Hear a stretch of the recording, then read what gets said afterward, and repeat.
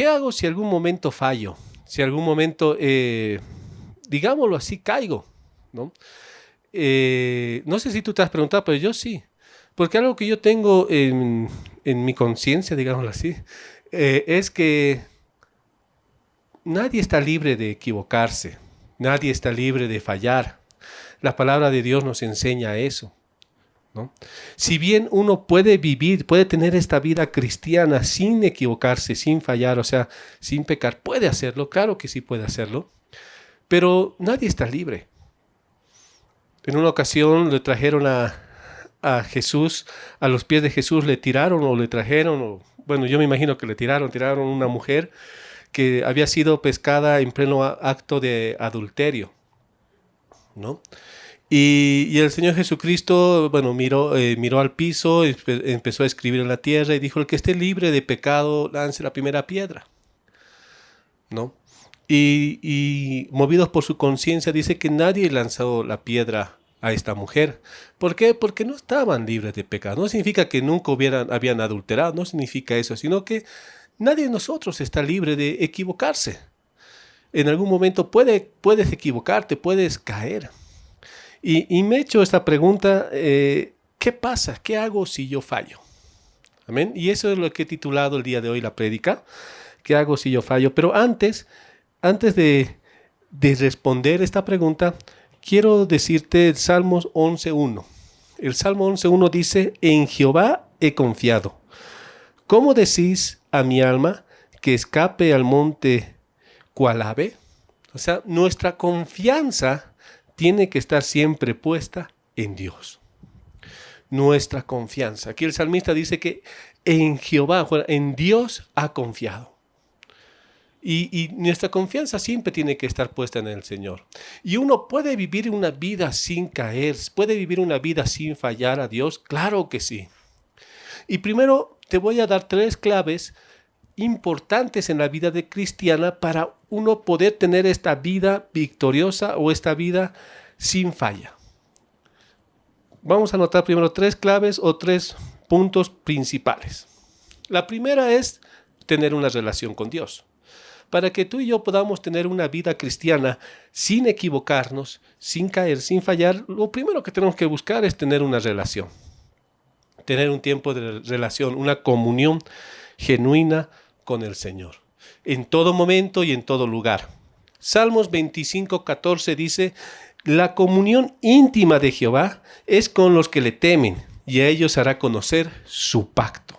Entonces, aquellos que tenemos temor a Dios, aquellos que amamos a Dios, tenemos una comunión íntima con Dios. Es una relación, porque es nuestro papá. ¿Quién cree que es su papá Dios? Todos, ¿no ven? Es nuestro papá, entonces y como nuestro padre, tenemos que tener una comunión, una relación íntima. Ahora, ¿cómo yo tengo esa relación íntima con Dios? Bueno, como con cualquier otra persona. Como digamos, yo tengo una comunión o una relación con mi esposa. Para yo tener una relación o una comunión continua con mi esposa, ¿qué es lo primero que tengo que hacer? Es hablar. Es hablar, ¿no? Primera Tesalonicenses 5 del 16 al 18 dice, estad siempre gozosos, orad sin cesar, dad gracias en todos porque esta es la voluntad de Dios para con vosotros y en Cristo Jesús. ¿No? Entonces lo primero que tenemos que hacer es hablar con Dios, orar. Todo el momento, todo el día, no sé si hoy día le habrás dicho a Dios, buen día papá, buen día Dios, o le habrás dicho al Señor Dios, está haciendo frío, ¿qué hago? ¿No? Un ratito más, 5 minutos más y salgo de la cama, ¿no? Y me tengo que bañar todavía, entonces no sé cómo habrá sido hoy día, pero yo me imagino que así tiene que ser. Yo por lo menos así lo hago. Esta mañana, Señor, un ratito más y me baño, ¿no? Y es así, entonces tenemos que hablar con Dios, como con cualquier otra persona, porque Dios es una persona, está en medio de nosotros. ¿Sí? Y después también tenemos que leer su palabra, escuchar la voz de Dios, ¿no? ¿Cuál es la forma más fidedigna de escuchar la voz de Dios? Es leyendo la palabra de Dios.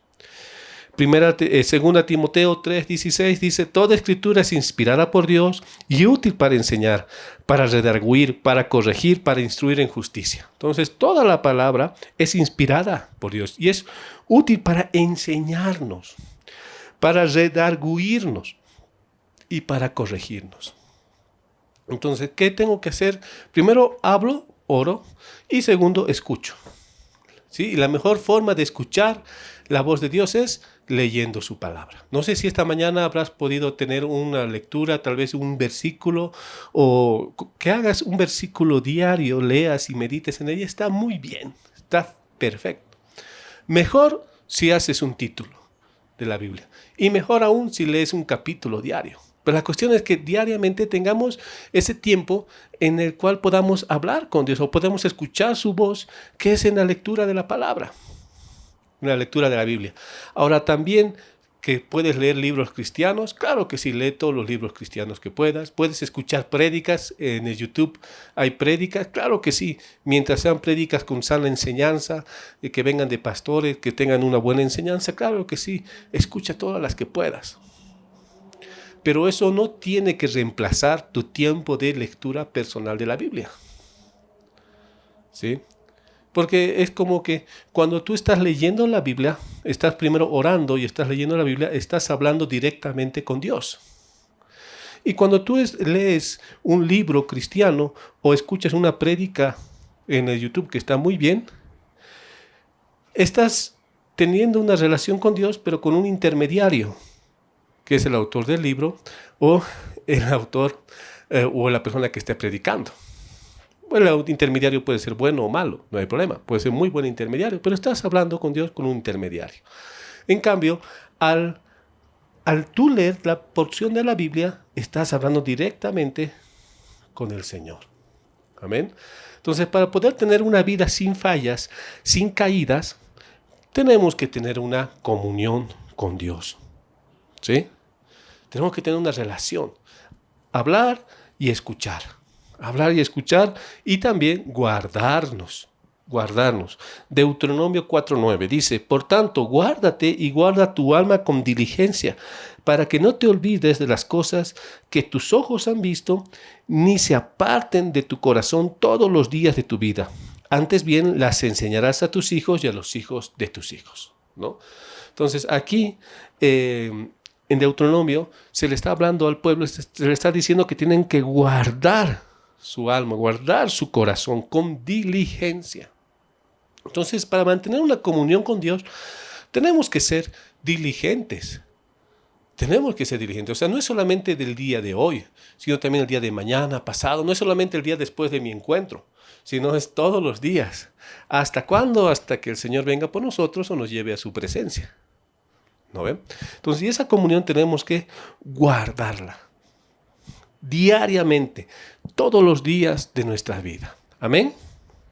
Siguiente clave o siguiente consejo que te puedo dar es mantén una vida en santidad. Para poder tener una vida sin fallas, sin error, sin equivocarte, mantén tu vida en santidad. ¿Sí? ¿Qué es santidad? Santidad no es vivir así, ¿no? o vivir con tu airola y tus alitas y andar levitando. Eso no es santidad. Santidad es vivir haciendo lo correcto, vivir dándole al blanco. Eso es santidad, ¿no? Primera de Pedro, capítulo 2, versículo 11. Primera de Pedro 2:11 dice, yo os ruego como a extranjeros y peregrinos, que os abstengáis de los deseos carnales que batallan contra el alma. ¿Sí? Dice que tenemos que, Primera de Pedro capítulo 2:11, tenemos que abstenernos. ¿Sí? Tenemos que abstenernos de esos deseos carnales, porque a la verdad sí tenemos una lucha. La palabra dice que la lucha no es contra sangre o carne, sino es contra lo que le gobierna. Estamos en un cuerpo pecaminoso, ¿sí? Y queramos o no queramos, a veces tenemos deseos carnales, ¿no? Bueno, seguido tenemos deseos carnales, ¿no? Entonces, ¿qué tenemos que hacer ante esos deseos carnales? Tenemos que abstenernos. no ceder a la tentación, sino abstenernos. ¿No? Segunda de Timoteo, capítulo 2, 22, dice: huye también de las pasiones juveniles y sigue la justicia, la fe, el amor y la paz con los que de corazón limpio invocan al Señor. ¿Qué dice aquí el apóstol Pablo? Le dice a Timoteo que huyamos, que nos escapemos de esas pasiones juveniles. ¿Sí? O sea, que nos escapemos de esas pasiones, porque a veces cuando uno es joven, digamos así, tiene ciertas pasiones, ¿no?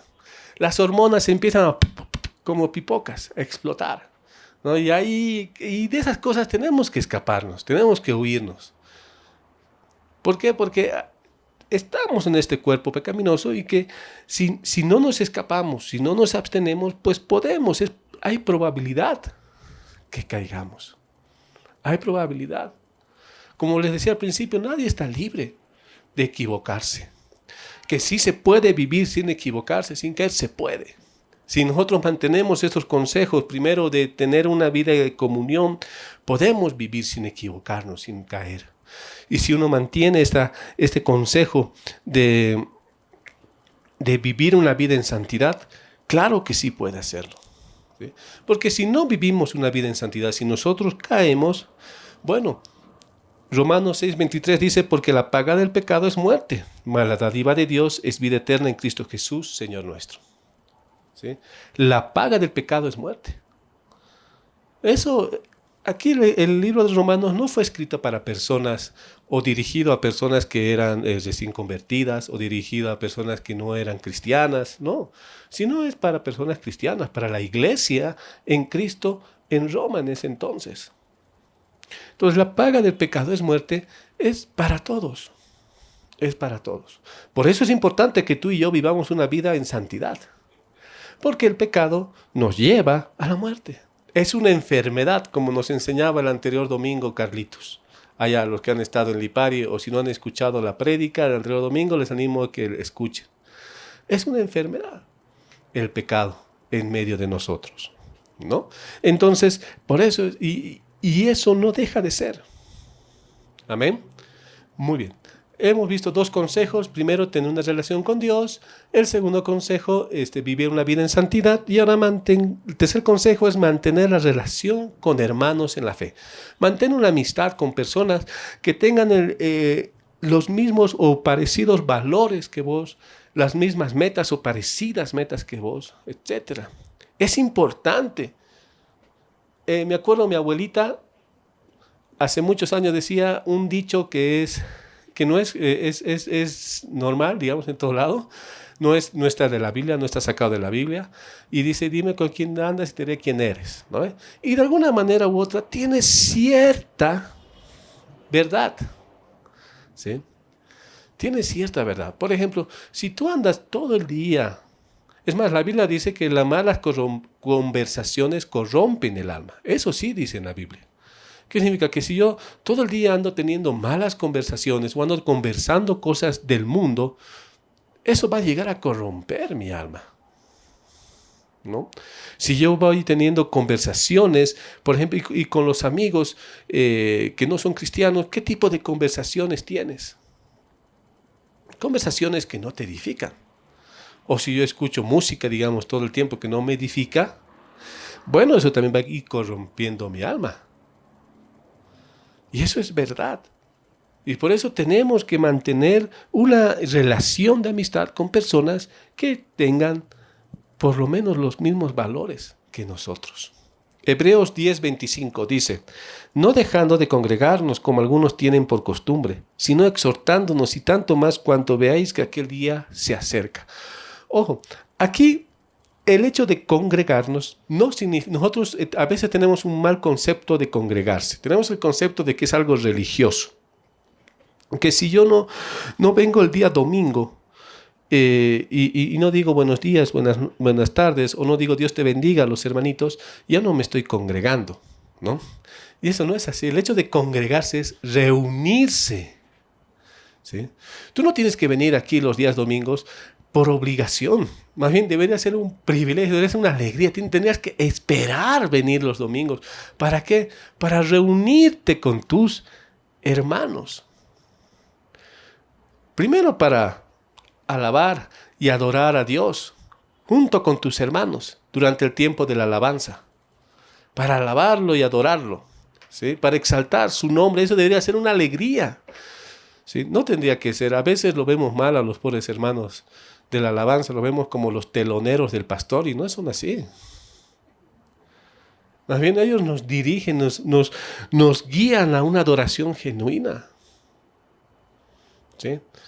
A veces, ay, que pasen lo de la alabanza y de ahí llego, ya ver hasta qué hora termina la alabanza, a ver una media hora más o menos dura. No, más bien debería ser un privilegio ir y adorar a Dios. Y juntos, en armonía, en una unidad como hermanos. Amén. Y de igual manera, escuchar la palabra que tiene el Señor o que tiene nuestro papá para nosotros y poner en práctica. Eso debería ser algo realmente primordial en nuestras vidas, que lo hagamos con alegría. De igual manera, tu célula.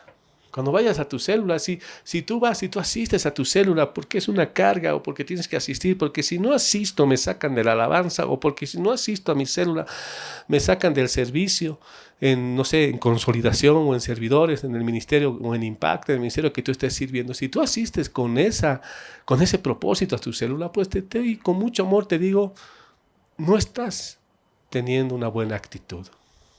¿Más bien? Deberías asistir con la actitud de que estoy yendo a encontrarme con mis hermanos. Si de alguna manera u otra tú prefieres asistir con amigos que no son cristianos, a una reunión, digamos a un almuerzo, prefieres asistir con amigos que no son cristianos a un almuerzo que con tus hermanos en la fe, bueno, yo te aconsejo que ahí mires tus prioridades. ¿Sí? Primera de Corintios 15:33. Dice, no erréis, las malas conversaciones corrompen las buenas costumbres. No erréis. Yo aprendí, por lo menos hace muchos años, el Señor me confrontó de esa manera. Yo tenía, bueno, como todos tenemos amigos, cuando hemos llegado a los pies de Cristo hemos tenido amigos y todo eso. Y he tenido siempre un grupo de amigos, bueno, los seguimos teniendo, nos vemos alguna vez en el año, digamos, actualmente. Pero antes los quería ver seguido porque eran mis amigos desde los 10 años hasta el momento que me había convertido. Pero ahí Dios me habló y me dijo, me acuerdo hace unos 15 años atrás, me dijo, ¿quién es tu mejor amigo? Humano, ¿no? Porque todos decían, Jesús es mi mejor amigo. Sí, Jesús es nuestro mejor amigo. Sí, Dios es nuestro mejor amigo. Pero de ahí aquí en la tierra, ¿a quién confías más? ¿En quién confías más? ¿Confías más en la persona que no es cristiana? Que te puede dar un buen consejo, pero en base a sus conocimientos. ¿O confías más en tu líder o en tu compañero que es cristiano y que te puede dar un consejo en base a la palabra de Dios? Pregúntate. ¿Con quién te gusta pasar más tiempo? ¿Con quién te gusta hacer más chistes? ¿Con tus hermanos que son de la iglesia? ¿O con tus amigos, no sé, del colegio o de la universidad, que son chistes groseros o chistes con doble sentido? En la iglesia también hay algunos chistes con doble sentido. No nos hagamos los que nunca hacemos chistes, pero ¿con quién prefieres? Pregúntate. Por eso es importante que tú y yo aprendamos eso y seamos intencionales en poder tener una relación genuina con los hermanos. Porque cada domingo o cada vez que tú vas a tu célula o cada reunión informal que tengas, te estás reuniendo con tus hermanos en la fe. ¿Sí? Salmos 133 del 1 al 2. Salmos 133 del 1 al 2 dice, mirad cuán bueno y cuán delicioso es habitar los hermanos juntos en armonía. Es como el buen óleo sobre la cabeza, el cual desciende sobre la barba de Aarón, y baja hasta el borde de sus vestiduras. Qué hermoso es ver a los hermanos reunidos. Qué hermoso es ver, a mí me encanta verlos aquí. ¿sí? Los amamos y es una alegría verlos. Cuando sea un ratito, un hola, un pequeño abrazo cada domingo. Es una alegría, es una bendición. Igual en la célula, en tu célula o donde tú estés, es una alegría, es una bendición. Qué hermoso es que estemos juntos. O a mí me encantan los jóvenes cuando hacen sus actividades, ya vayan a jugar wally, jueguen fútbol, lo que sea. Qué hermoso es ver eso, que estemos reunidos. Amén. Así que les animo a guardar. Uno puede vivir sin fallar, puede vivir sin fallar, ¿sí? Y esos 3 consejos, y la Biblia está llena de consejos, puedes tener muchos más consejos, pero yo hoy día te quiero aconsejar estos 3 consejos para que tengas una vida sin falla. Que es, primero, ten una relación con Dios. Segundo, vive una vida en santidad. Y tercero, busca amistades o ten una amistad con personas de la iglesia o tus líderes o del mismo yugo, ¿no? Tengamos así amistades. Pero ahora la pregunta es, ¿qué hago si yo llego a fallar? ¿Qué pasa si es que mi comunión ha menguado, ¿no? Y he llegado a equivocarme, a fallar, he llegado a pecar? Como les decía al principio, nadie está libre de equivocarse. Nadie está libre de fallar, ¿sí? Proverbios 24:16. Proverbios 24:16 dice, porque 7 veces cae el justo y vuelve a levantarse, mas los impíos caerán en el mal. ¿Sí? La respuesta es clara, es levántate. ¿Sí? Puede sonar sencilla, puede sonar fácil, pero yo sé que es difícil. Pero la respuesta es la misma, levántate.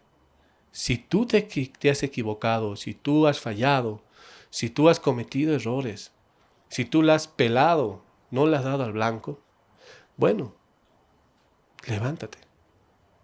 Anda, no sé, vuelve a levantarte y ahora ya no le peles, ya no le erres, sino empieza a darle nuevamente al blanco. 7 veces cae el justo. O sea, ¿qué dice la Biblia? Que el justo se cae y se vuelve a levantar. ¿Cuál es la diferencia entre el justo y el injusto? La diferencia entre el justo y el injusto es que el justo se levanta y el injusto se queda tirado en el piso. El apóstol Pedro lo negó a Jesús 3 veces. Lo negó. Pero ¿qué pasó cuando volvió a ver a Jesús? Dice que se tiró al mar y se tiró a los pies de Jesús. ¿Sí? Y Jesús ahí le dijo, ¿me amas? Sí, te amo. Apacienta mis ovejas, ¿no? Entonces lo restituyó. Pero, ¿qué hizo el apóstol Pedro? Fue a los brazos del Maestro. Fue a los brazos de Jesús. ¿Sí? Se levantó. A diferencia de Judas, quien lo traicionó. Judas dice que cuando vio que lo iban a matar, lo que hizo Judas, dice la Biblia, que se arrepintió y fue y devolvió esas monedas con las cuales ha sido sobornado, digámoslo así. Devolvió las monedas y al ver de que no podía hacer nada, a consecuencia de su culpa y de su conciencia, fue y se ahorcó. Entonces, ¿qué pasó con Judas? No se levantó. Los dos traicionaron. ¿Y qué decir los demás apóstoles? ¿No? Porque dice que Juan quedó al pie de la cruz, Pedro lo traicionó, Judas, y fue restituido, Judas lo traicionó y se ahorcó, y los otros 9, ¿qué pasó? Ve tú a saber. Dice que se fueron, se escaparon, ¿no? Pero igual después ellos supieron levantarse. Entonces, ¿cuál es la diferencia? Si tú caes, si tú te equivocas, levántate lo antes posible. Ahora, claro, que en ese proceso, no es solamente agarrar y me levanto y me sacudo y sigo, ¿no? Hay un proceso. Claro que sí hay un proceso, porque el pecado trae sus consecuencias. Aquí igual dentro de la iglesia tenemos ciertos procesos, si es que hay ciertos tipos de pecados, etcétera, etcétera. Hay procesos que uno tiene que seguir y son de bendición y son buenos, ¿no? A veces uno tiene que pedir perdón, a veces uno tiene que rectificar, cambiar de actitud y hay procesos que tiene que hacer. Cada caso es particular y cada uno tiene que hacer sus propios procesos. para que el Señor vaya restaurando y restituyendo las cosas. Pero ¿cuál es el principio? Que tú y yo tenemos que levantarnos. Dios quiera que nunca caigamos. Dios quiera que nunca fallemos. Pero si es que fallamos, ¿qué hacemos? Nos levantamos. Hebreos 14 del 15 al 16 dice: porque no tenemos un sumo sacerdote que no pueda compadecerse de nuestras debilidades, sino uno que fue tentado en todo, según nuestra semejanza, pero sin pecado. Acerquémonos pues confiadamente al trono de la gracia, para alcanzar misericordia y hallar gracia para el oportuno socorro. Nuevamente, este libro de Hebreos tampoco fue escrito a personas inconversas. Es más, este libro de Hebreos fue escrito para personas judías convertidas, ¿sí? Para personas que eran judíos, o sea, que tenían conocimiento de la ley, conocimiento de este niño de la palabra de Dios y que habían creído en Jesucristo. Entonces fue para personas que tenían conocimiento, ¿sí? Y vamos a leer estos versículos, mismo del 4, del 15 al 16, en traducción lenguaje actual para tener un mejor entendimiento de lo que nos dice. Les voy a leer en traducción lenguaje actual. Dice: el diablo le puso a Jesús las mismas trampas que nos pone a nosotros para hacernos pecar, solo que Jesús nunca pecó. Por eso, él puede entender que nos resulta difícil obedecer a Dios. Así que cuando tengamos alguna necesidad, acerquémonos con confianza al trono de Dios. Él nos ayudará porque es bueno y nos ama. ¿Sí? Mira, amados, amadas, la palabra de Dios es clara. Dice que tenemos a Satanás o al diablo que anda como un león rugiente esperando a quien devorar, ¿no? Y Satanás y el diablo pone tentaciones en nuestro camino.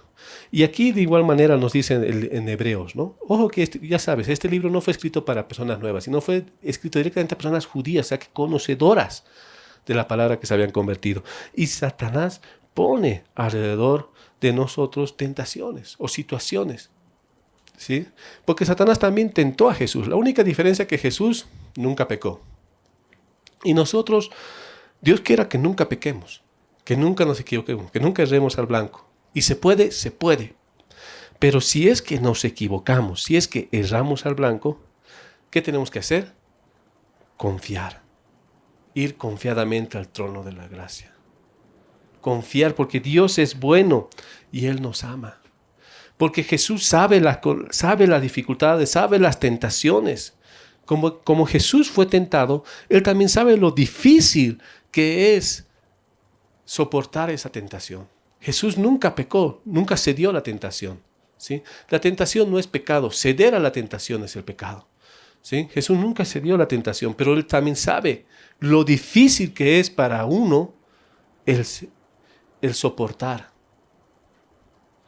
Y si es que tú has cometido errores, levántate. Eso es por lo menos lo que Dios ponía en mi corazón decirte el día de hoy. Voy a pedir al ministerio de alabanza que nos pueda acompañar, por favor. ¿Sí? El día de hoy hemos visto de que uno puede vivir sin fallar, que uno, si tiene una vida en comunión, si tiene una vida sin pecado o una vida en santidad, o si tienes relación con hermanos en la fe, puedes tener una vida sin falla, puedes hacerlo. Y te animo a que lo hagas, que lo pongas en práctica. Pero si fallas, levántate. Dios está dispuesto. Acércate pues confiadamente al trono de la gracia. El Salmo 143:10 dice: enséñame a hacer tu voluntad, porque tú eres mi Dios. Tu buen espíritu me guía a tierra de rectitud. Ya sea que hayas fallado o ya sea que no, esto tiene que repetirse en nuestro corazón. Tenemos que decirle: Señor, enséñame a hacer tu voluntad, porque tú eres mi Dios. Tu buen espíritu me guía a tierra de rectitud. Ahí donde estás, te animo a que cierres tus ojos y digas: Señor, enséñame. Enséñame.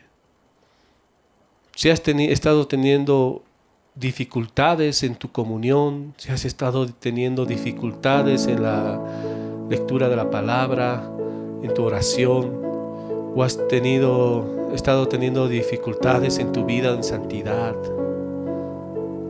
dile: Señor, enséñame. Muéstrame tus propósitos. Muéstrame tus caminos. Ayúdame, papá. Ayúdame, Señor. Espíritu Santo, damos libertad. Ministra lo más profundo de nuestro ser y enséñanos, Jesús. Y si has estado cometiendo errores, si has estado alejado de Dios o alejada del Señor, dile: Señor, enséñame. Ayúdame a levantarme. Mientras el ministerio de alabanza adora al Señor, deja que el Espíritu de Dios te hable, te ministre.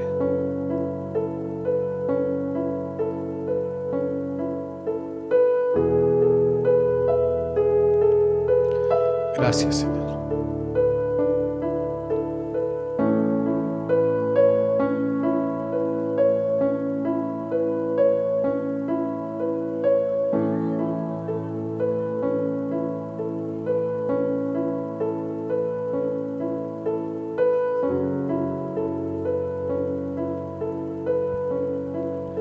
Gracias, Señor. Gracias. Gracias.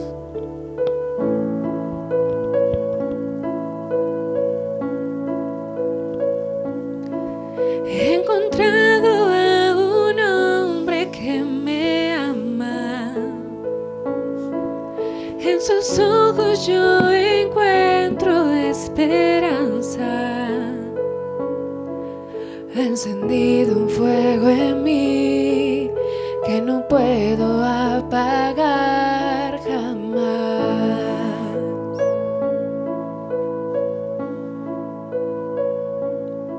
Y cuando pongo mi oído en su pecho, escucho el latido del cielo. Sé que pronto volverá, su promesa cumplirá.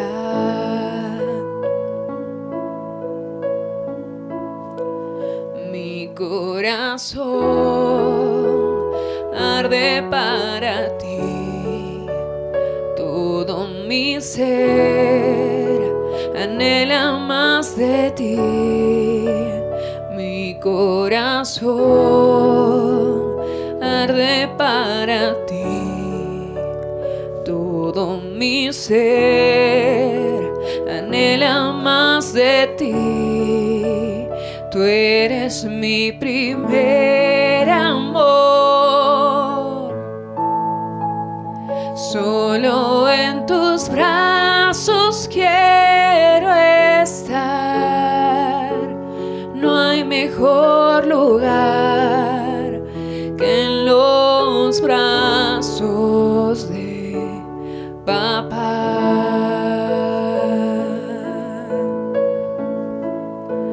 Tú eres mi primer amor, solo en tus brazos quiero estar. No hay mejor lugar que en los brazos de papá. Ahí donde estás, acude confiadamente al trono de la gracia. Él está ahí cerca a ti. Dile: Señor, tú eres mi primer amor. Solo en tus brazos yo puedo estar. Si te has alejado de Él, si has fallado, acércate, busca su gracia. Hay un proceso, claro que sí hay un proceso, pero busca su gracia. Dile cuánto lo amas.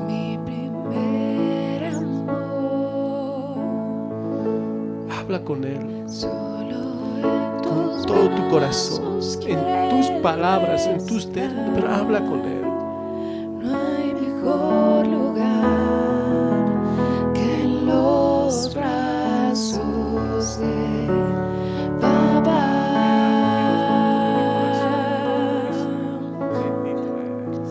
Tú eres mi primer amor. Solo en tus brazos quiero estar. No hay mejor lugar que en los brazos de papá. Oh, tú eres mi primer amor. Solo en tus brazos quiero estar. No hay mejor lugar que en los brazos de papá. Gracias, Dios. En tus brazos donde queremos estar. Papá, te amamos. Te amo, Señor. ¿Dónde estás? Dile, Señor, te amo. Te amo. Te amo, papá, con todas mis fuerzas. Con todo mi ser.